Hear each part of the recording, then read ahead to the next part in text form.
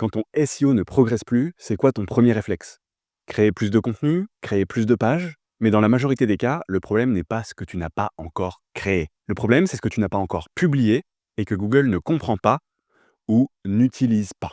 Dans cette vidéo, je vais te montrer comment optimiser un site existant sans tout refaire, sans créer 50 nouveaux contenus et en essayant d'avoir le meilleur ratio effort, rentabilité ou impact. Si ton site a un petit peu de trafic, même faible, cette vidéo va être une mine d'or pour toi pour développer ton SEO. Alors si ce n'est pas déjà le cas, abonne-toi à cette chaîne, ça te coûte rien et ça m'encourage à faire une vidéo par semaine comme je le fais. Mets-moi un like à la vidéo, dis-moi ce que tu en penses en commentaire, et puis on est parti. Alors tout le monde va te dire oui, le SEO c'est créer du contenu. C'est vrai, le SEO a besoin de contenu. Mais c'est pas forcément la seule façon de développer un site. Quand tu vas créer un site, évidemment, il va te falloir du contenu. Même ensuite, il va te falloir du contenu. Mais c'est pas le seul levier. Il va te falloir plein d'autres choses. Quand on crée du contenu, c'est coûteux en temps, en argent. Ça va prendre du temps pour avoir justement Google qui interprète, qui analyse, qui prend en compte ces contenus-là. Et plus tu en crées, moins généralement ça va avoir d'impact. Parce que tu vas commencer sur ce qui a le plus de valeur, après tu vas aller gérer de la longue traîne. Le gain marginal, donc le gain supplémentaire de chaque nouveau contenu, est généralement de plus en plus faible. Et ce qu'on sous-estime trop, mais j'ai fait quelques vidéos sur la chaîne déjà à ce sujet-là, c'est que ton contenu, il doit être vivant. Et surtout, il faut le surveiller. Un peu comme de l'huile sur le feu, tu vas vouloir optimiser ton contenu pour aller améliorer les contenus qui pourraient être plus rentables, qui pourraient t'apporter un meilleur ROI. Tu vas aller capitaliser sur les signaux qui sont déjà existants, voir comment les gens interagissent et l'améliorer par rapport à ça, par exemple. Et surtout, ça peut avoir des résultats beaucoup plus rapides et c'est le principe de toutes ces vidéos. C'est quand ton site existe, qu'est-ce que tu peux faire? Et l'avantage, c'est que ton site, en existant, il a plusieurs points positifs. Et si tu n'as pas les résultats que tu veux, c'est pas forcément que ton site est mauvais, c'est qu'il est sous-exploité. Déjà, Google le connaît déjà.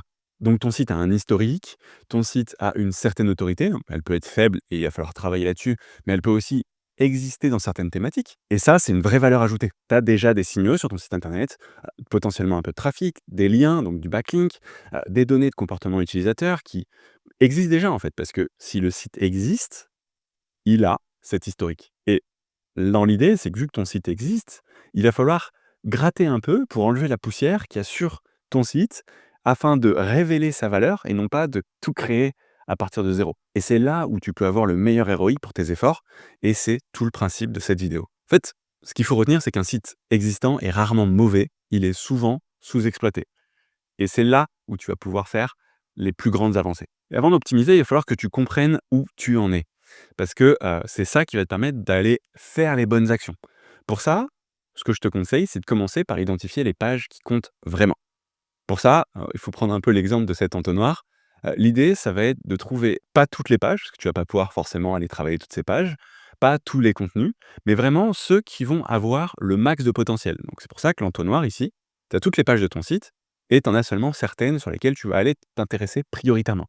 Ces pages-là, elles peuvent avoir plusieurs caractéristiques. Les pages qui génèrent un petit peu, même un peu de trafic, les pages qui sont proches de la première page, par exemple position 5 à 20, ou tu peux même 10 à 20 si c'est hors de la première page, mais c'est ces pages-là qui sont positionnées, mais qui pourraient être un petit peu mieux et en fait, on le sait, c'est globalement sur les premiers résultats que les gens cliquent et donc si tu es même position 5, ça peut avoir beaucoup moins de valeur que si tu arrivais à aller 3 ou 1 et les pages stratégiques pour ton entreprise. Donc les vraies pages business, des produits, des services, enfin bref, ceux qui, sont bien avancés dans le tunnel de conversion et qui permettent d'avoir des clients. Parce que trop souvent en SEO, on veut ce qu'on appelle les vanity metrics, avoir du trafic, mais en fait, c'est pas le trafic qui paye tes factures, c'est vraiment ses clients et c'est ça que tu veux aller développer et donc pour ça qu'il faut t'intéresser à ces pages-là en priorité parce que c'est celles qui sont le plus pourvoyeurs de rendement, le plus fort ROI. Et du coup, il faut distinguer 3 types de pages existantes. Tu vas avoir les performantes, qui génèrent du trafic et des conversions. Et celles-là, l'objectif, ça va être de les renforcer. Aller améliorer leur contenu, aller améliorer le maillage interne, aller améliorer des liens. Bref, aller travailler sur tout ça. Tu vas avoir les pages stagnantes, qui ont du potentiel mais qui sont bloquées. L'objectif, c'est de les réoptimiser. Pour ça, par exemple, si tu veux commencer par ton contenu, tu as Serpentix qui te permet d'optimiser tes contenus pour qu'ils soient parfaits pour tes différents moteurs de recherche. Et tu peux le tester gratuitement avec tes crédits qui sont doublés en passant par le lien qui est en dessous de cette vidéo. et tu as les pages qui vont être nuisibles, et dans ce cas-là, bah, elles peuvent se cannibaliser, elles sont obsolètes, elles ont pas de valeur, Google les boude et l'objectif, ça va être de les corriger ou de les supprimer. Et ça, bah, pour trouver ces pages-là, tu as plusieurs façons de le faire. Tu peux utiliser, sur l'outil Une de page en faisant analyser mon site et en connectant ta Search Console, les différentes analyses qu'il y a là et tu peux voir par exemple ici toutes les pages que Google n'aime pas et donc que tu vas devoir, bah, corriger les pages nuisibles qu'il va falloir corriger ou supprimer en priorité. Tu vas aussi avoir, depuis Serpentix, depuis ton compte, en cliquant ici sur outils gratuits bonus, tu vas pouvoir aller dans analyser votre site et là, ça va te permettre, à nouveau en connectant ta Google Search Console, d'aller, avoir, en fait, les pages qui sont en perte d'impression sur une période, celles qui sont en train de sortir du top 3 de la première page, bref, celles qui sont en train de chuter et qu'il va falloir retravailler en priorité, surtout si c'est des pages business comme je te disais juste avant. Une fois que tu as ta shortlist de pages que tu veux, ben, justement retravailler, tu vas avoir plusieurs leviers. Premier levier, ça va être optimiser ce qui est déjà visible. L'idée, c'est d'aller chercher les pages en page 2, des pages qui sont positionnées en page 2, ou qui sont en bas de, page 1, avec un petit peu ce graphique-là, où tu as une répartition glyphlique, hein, qui varie en fonction des requêtes, mais pour te représenter ça et tu veux en fait aller chercher cette zone de frappe pour les remonter, pour aller maximiser tes clics. Tu vois, par exemple, si on est ici, tu vois que globalement, ça va t'apporter, 5-6 fois, 7 fois plus de clics d'être premier, par exemple. Et c'est ça qui va avoir, bah, le meilleur rendement parce que ta page est déjà appréciée par Google, mais il va falloir la pousser un petit peu pour qu'il l'aime encore plus. Google les aime déjà, mais tu veux lui envoyer un signal encore plus clair.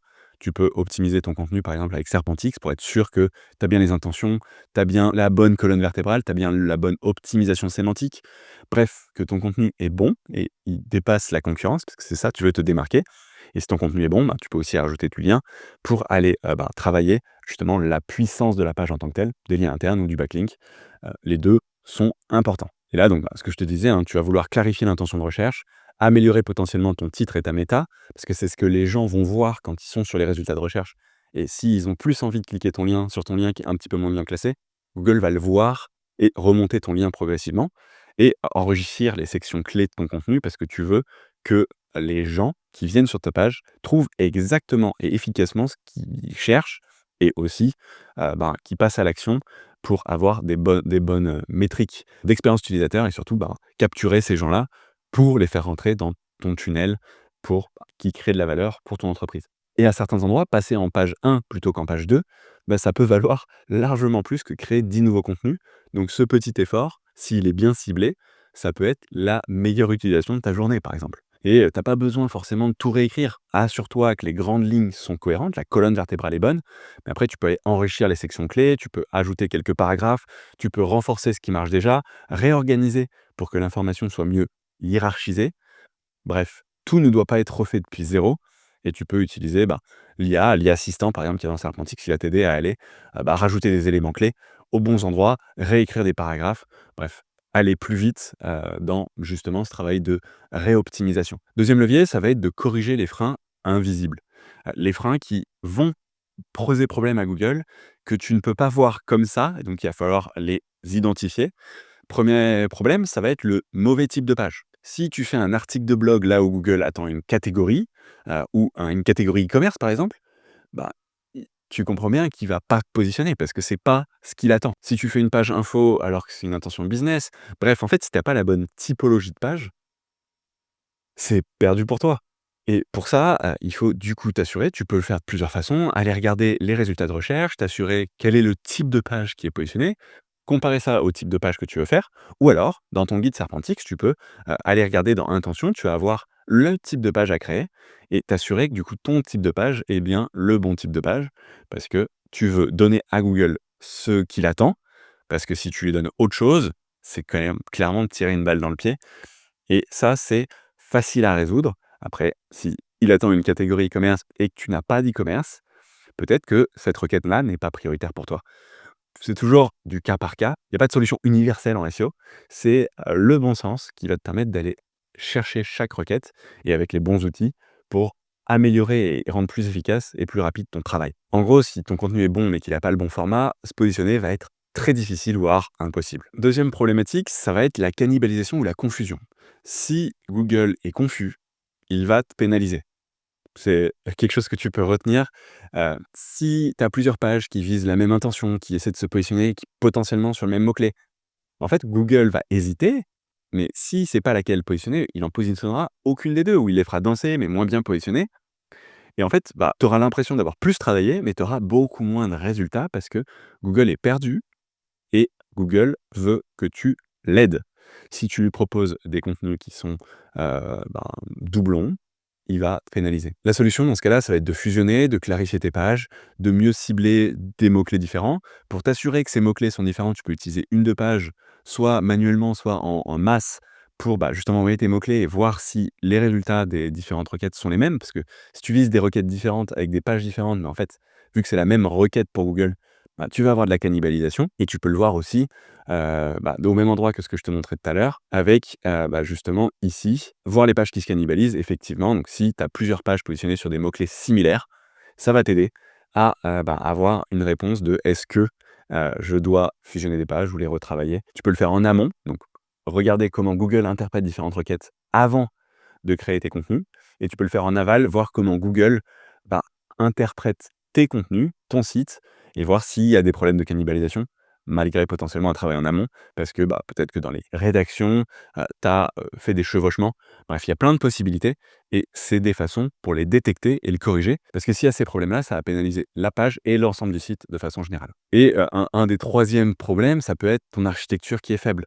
Si tes pages sont mal reliées entre elles, bah, ça va à la fois potentiellement créer des pages orphelines, des pages qui ne diffusent pas la puissance des autres pages entre elles pour, bah, apporter la puissance vers les pages qui sont importantes, vers les requêtes qui sont concurrentielles. Si ta page est mal reliée, elle va pas forcément être invisible, même si, c'est possible, elle va être moins puissante et donc, ben, peut-être être invisible sur les résultats de recherche de Google. Si tu veux en savoir plus, j'ai fait une vidéo dédiée pour, ben, chacun des espaces globalement, ton type de page, ta cannibalisation et l'architecture, donc le maillage interne sur la chaîne qui te permettront d'aller beaucoup plus loin.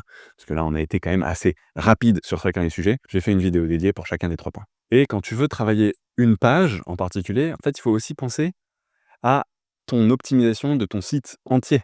Ton site doit être cohérent pour Google.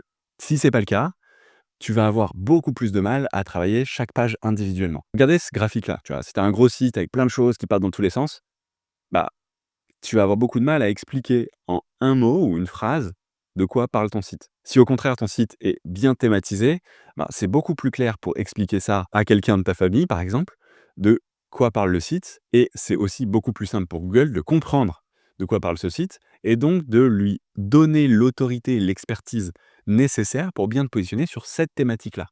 Et attention, c'est bien ce que je veux dire, c'est cette thématique-là, c'est la cohérence thématique de ton site. Alors, ne sors pas trop de ta thématique, ça peut être dangereux, ça peut justement, un, diluer l'autorité qu'il apporterait sur une thématique, et 2, bah, tu vas avoir plus de mal à te positionner sur une nouvelle thématique. L'objectif de cette cohérence thématique, ça va être de réduire le bruit, et tu vas vouloir renforcer les pages cœur et mieux relier les contenus qui sont proches pour justement créer une vraie connexion et une vraie hiérarchie, un vrai cocon en fait, d'un sujet, et montrer que du coup tu traites tout ce sujet-là complètement et que tu es un site ultra légitime pour cette thématique-là en particulier. Tu vas toujours pouvoir avoir des exceptions, hein, avec d'énormes sites médias, par exemple, mais si tu as le profil de lien, donc énormément de backlinks, ça peut te permettre d'avoir, bah, justement cette puissance-là. Si tu ne l'as pas, l'idée d'avoir un site thématique, vraiment clair, va pouvoir être un super conseil que je te fais parce que, ça va être la meilleure façon pour te positionner sur les sujets qui sont importants pour toi.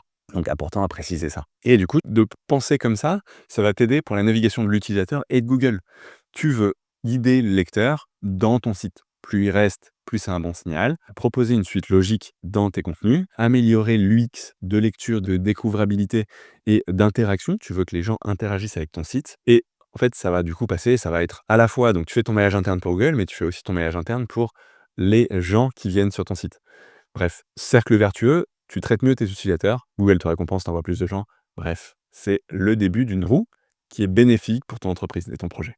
Si tu dois garder 5 choses pour améliorer ton site existant, ça serait 1, identifier les pages à potentiel, celles qui ont déjà une traction ou qui sont en train de baisser ou qui sont prêts d'avoir un bon rendement, avoir plus de performance avec peu d'efforts. Deuxièmement, ça va être de clarifier l'intention réelle qu'il y a derrière chaque page. Qu'est-ce que les gens cherchent concrètement? Parce que tu veux que les gens trouvent pourquoi ils ont fait l'effort de faire leur recherche. Et si tu réponds pas, même si tu gruges Google pendant un moment, il finira par t'enlever parce qu'il va s'en rendre compte. 3, ajuster le type de page que tu crées. Si les gens ont des pages catégorie commerce et que toi tu as une page article de blog, tu vas avoir beaucoup de mal, tu vas te battre contre la marée, c'est pas forcément ce que tu as envie de faire. 4, tu vas aller renforcer le contenu existant pour mieux répondre à l'intention, hein. Pour identifier, répondre à l'intention, ça tu as Serpentix qui peut t'aider. Tu as un lien qui double tes crédits gratuitement en dessous de la vidéo, donc si tu n'es pas déjà inscrit, pense à le tester.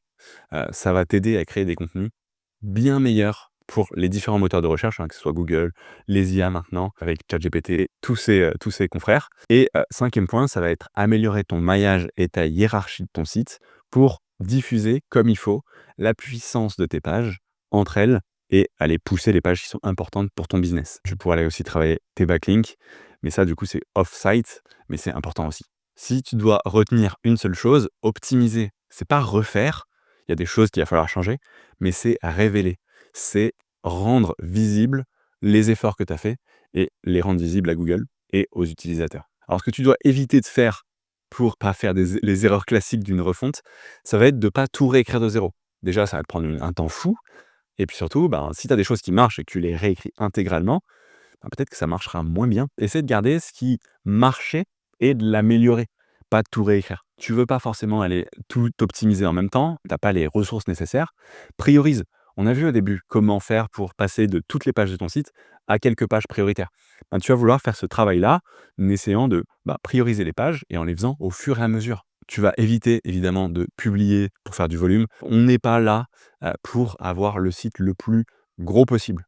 Tu veux savoir combien tes concurrents sur ta thématique ont de pages, oui, ça va t'aider, mais tu veux aussi et surtout être sûr que ton contenu est meilleur. Donc là, tu vas essayer de faire du qualitatif plutôt que du volume. Tu peux avoir des périodes de découverte où ça peut valoir le coup, mais dans la grande ligne, avoir du bon contenu te servira plus dans le temps et surtout du bon contenu que tu vas entretenir. J'aime bien la métaphore, un peu si tu ne chauffes pas ta maison et que tu la laisses à l'abandon, elle va se détruire progressivement. Ton contenu sur Google, c'est un peu la même chose. Et pas paniquer à court terme. Si tu changes des choses, ça peut te déclasser avant de te reclasser. Alors, je te dis pas que si tu te déclasses, ça va être dans l'autre sens ensuite, donc il faut le surveiller quand même, mais ne sois pas trop réactif. Tu as changé ta page, elle a perdu quelques positions, peut-être que ça il faut donner un petit peu de temps à Google et si effectivement avec le temps, ça ne marche pas, il va falloir faire d'autres modifications, essayer de mieux comprendre. Est-ce que c'était juste le contenu? Est-ce que c'est la puissance de ton site? Bref, plein de choses qui vont être à identifier et surveiller, mais ne sois pas trop réactif, la patience va être ton allié. Et du coup, ce qu'il faut se dire, c'est que le SEO d'un site existant se gagne par petites victoires cumulées. C'est vraiment ces petites améliorations. Au début, tu as créé des contenus, ça a commencé à te voir tes premières victoires, tu vas les améliorer, hop, tu vas avoir de nouvelles victoires, et ainsi de suite pour faire grandir durablement ton site. Parce que si tu veux faire juste du je me positionne et ensuite je vais descendre aussi vite que je suis positionné, c'est une stratégie. Mais si tu veux avoir de la visibilité durablement, ben, il va falloir mettre en place ce que je te montre ici. Et c'est ça qui va te permettre de rester positionné. Et du coup, le SEO le plus rentable, c'est pas forcément celui qu'on crée, c'est celui qu'on améliore. Avant de publier cette nouvelle page, demande-toi, est-ce qu'il y a déjà quelque chose que je peux mieux exploiter sur mon site? Alors, je te dis pas qu'il faut pas créer une nouvelle page et tu as, justement une vidéo sur est-ce que je dois créer une nouvelle page ou est-ce que je dois améliorer sur le site? Mais demande-toi, il y a des moments où ça vaut le coup parce que tu as pas couvert, par exemple, ta thématique, parce qu'il y a une actualité, parce que plein de choses, mais tu as aussi plein de belles choses sur ton site qu'il va falloir réoptimiser, qu'il va falloir actualiser et c'est probablement là que tu auras ton meilleur ROI. Si la vidéo t'a plu, pense à t'abonner. Dis-moi en commentaire depuis combien de temps ton site existe et comment tu as fait pour justement le faire évoluer au fur et à mesure du temps. Like si tu veux que ton SEO soit plus rentable et je te dis à la semaine prochaine.